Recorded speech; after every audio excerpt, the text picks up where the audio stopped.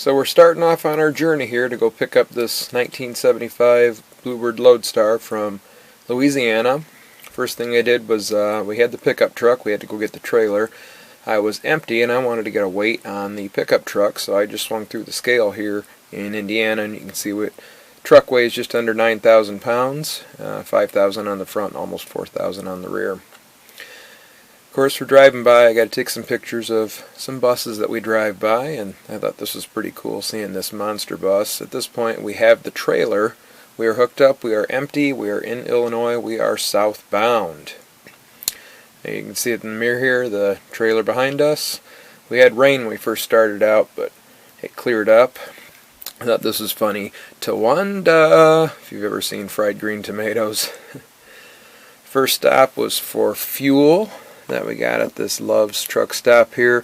When you got a big truck like this, it's kind of difficult to get fuel, when you're this long of a trailer, so I just got it at the truck stop where it was easy to get a big vehicle into. Also, if you've got a semi-truck and after you get done pumping your fuel, you should pull up forward like I did so you don't block the pump, so the next guy behind you, if they're busy, they can get fuel as well.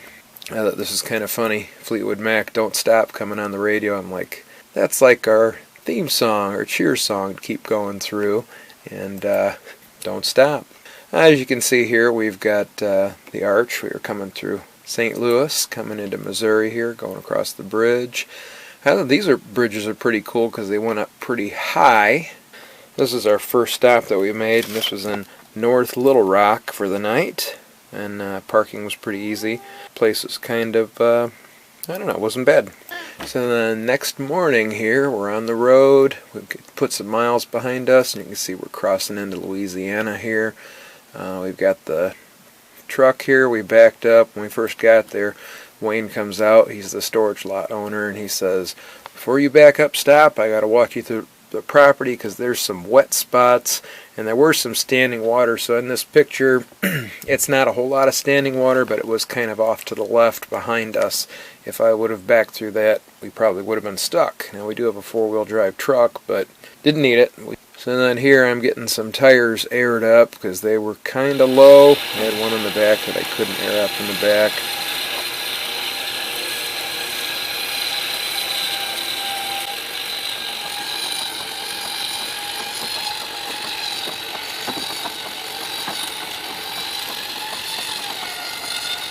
Now you notice I've got a sleeping bag here, and that's across the chain, or I should say the cable there.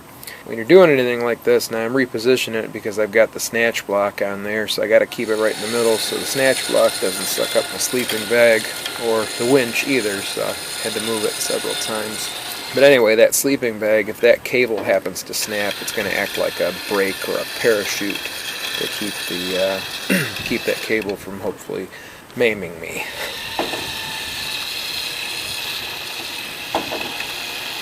You can see it's slow going. This was incredibly hot. It looks like it's cloudy here in these first few views, but you'll see in some of these views as we get going along, it was so hot. It was brutal. I had to stop and take breaks and get into the truck and cool off at least 10 times while I was doing this whole project because it was so ungodly southern hot. Alligator claw.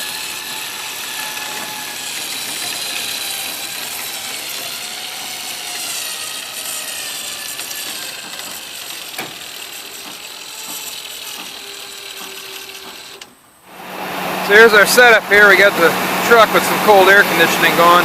Got a set of jumper cables here, a cooler with some drinks, keep you cool. This jumper cable's put together. 2 of these are put together so they're extra long. And back here on the trailer you got a battery which runs the winch. And the jumper cables are keeping the battery topped up. This chain here attaches the winch because it's not permanently attached to the trailer. Got bagel wrenches here. Your controller for this. These are your parking brakes in case you need to stop this thing if it starts rolling quickly. You get your cable is attached up here with a snatch block. And got her chained right around the front axle.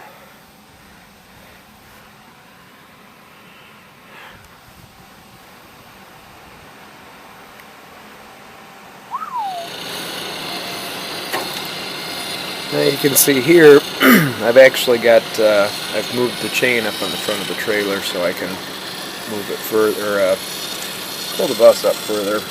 So I got that chain tightened down, and it's up as far forward as we can go. And I was sweating bullets during this process.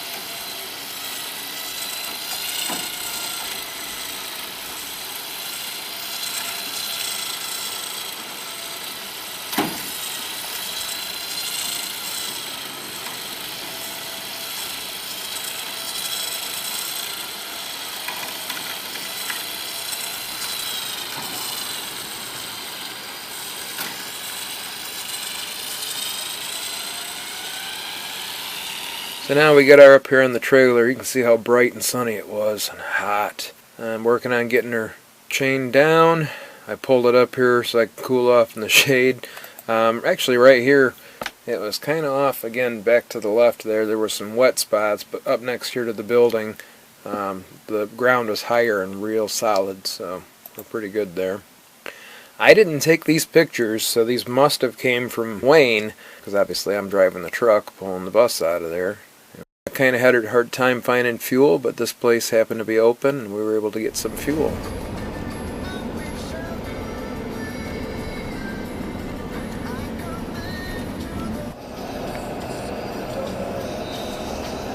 Now this is a cute little Walmart. We stopped at the way down there, and I had to get a picture of it on the way back because it was cute. And this is in Fordyce. So now we're stopping for the night in Searcy, Arkansas. Here's a view in the morning from the hotel from the second floor where we stayed. Elevated view. It's kind of cool. Had to get a picture.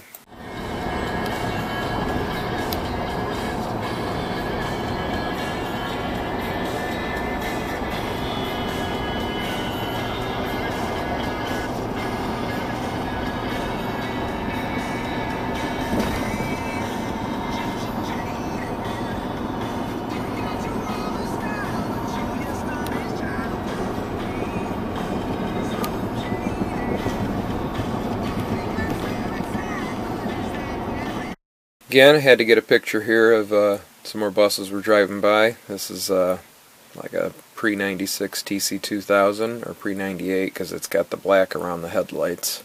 Oh, this was kind of cool here. This was, we're driving by Festus and DeSoto on the way back, and DeSoto is actually where my 1971 Bluebird Loadstar originally came from.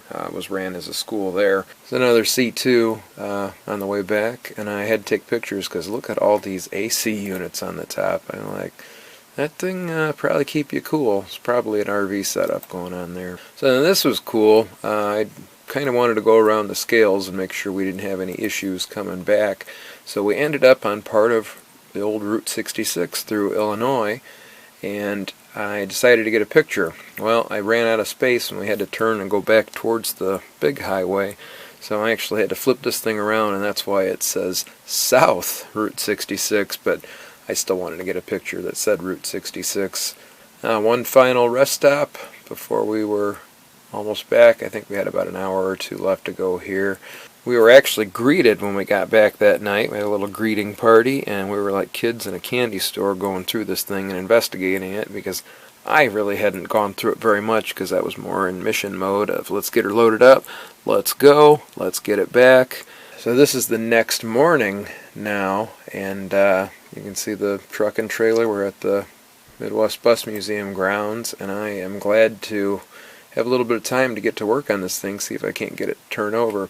So you can see our chain set up a little bit better here. I ended up strapping it down. You got to have 4 chains or 4 points of contact minimum to have her strapped down per DOT requirements. You know, safety.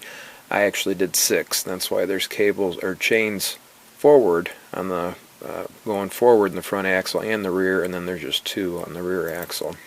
Now this thing was loaded with dirt dauber nests underneath. all over, because this thing had been sitting for about 3 years, and I don't know how long it's been sitting before that, but dirt dauber nest all over, and that's on the flywheel after I got it to turn a little bit. So then before I started working on this thing, I took some compressed air and I blew off all the crap that was on top of the engine, because I didn't want it to suck it up if it started cranking over and trying to start it. Blew all that off, and that's what all this debris is on the trailer here. Who doesn't like a good revive and drive? Well, you're not going to get a revive and drive because it ain't going to drive. The drive shaft's off because it's got a broken U-joint. Anywho, we got a battery put in her. Got a couple spark plugs replaced, and I put an ignition in this. We borrowed from the other bus because this was missing ignition. And I cannot get it to go in this hole, and I don't want to fight it. So, we're going to try right here. Let's see if this thing will crank, huh? Ready? I don't know if I can do this two-handed or not.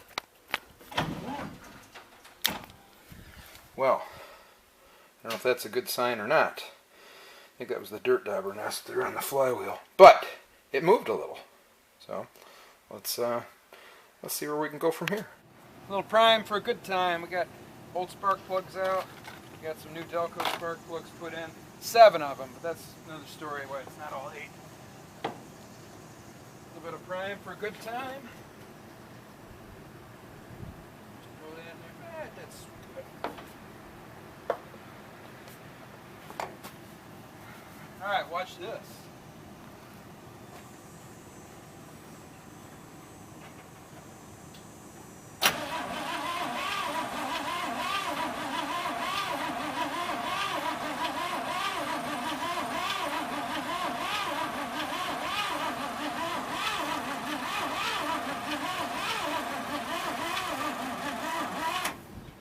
Prime for a good time.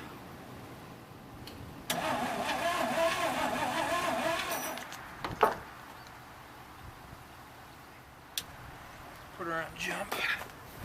Oh, I gotta hook it up. Got a little prime for a good time. Start this puppy back up. Ready? Woo!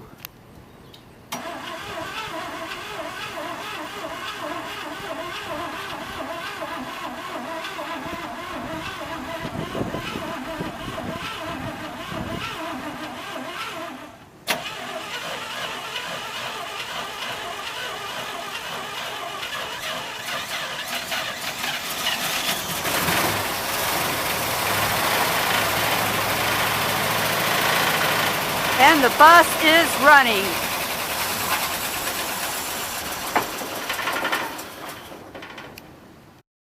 Well, that was a fun trip. It was quick, but it was worthwhile, and Wayne was happy to have it out of his yard. I'm honored that the Midwest Bus Museum trusted me with their fancy trailer. I'm also blessed that I'm talented enough to complete such a task. Moving a non-running bus almost 900 miles that weighs around 8 tons is no easy task. I mean, just getting it on the trailer was a big job. Now, I really like these Loadstar Bluebirds. This combo's kind of become my thing. I have 2 of them myself. The 1973 Loadstar here that we call Peppermint, and my 1971 Big Boy 71 passenger. I think the curves of an international cowl match a Bluebird body pretty well.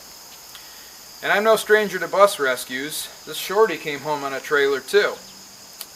These are kind of rare now. Well, in fact, they're pretty rare.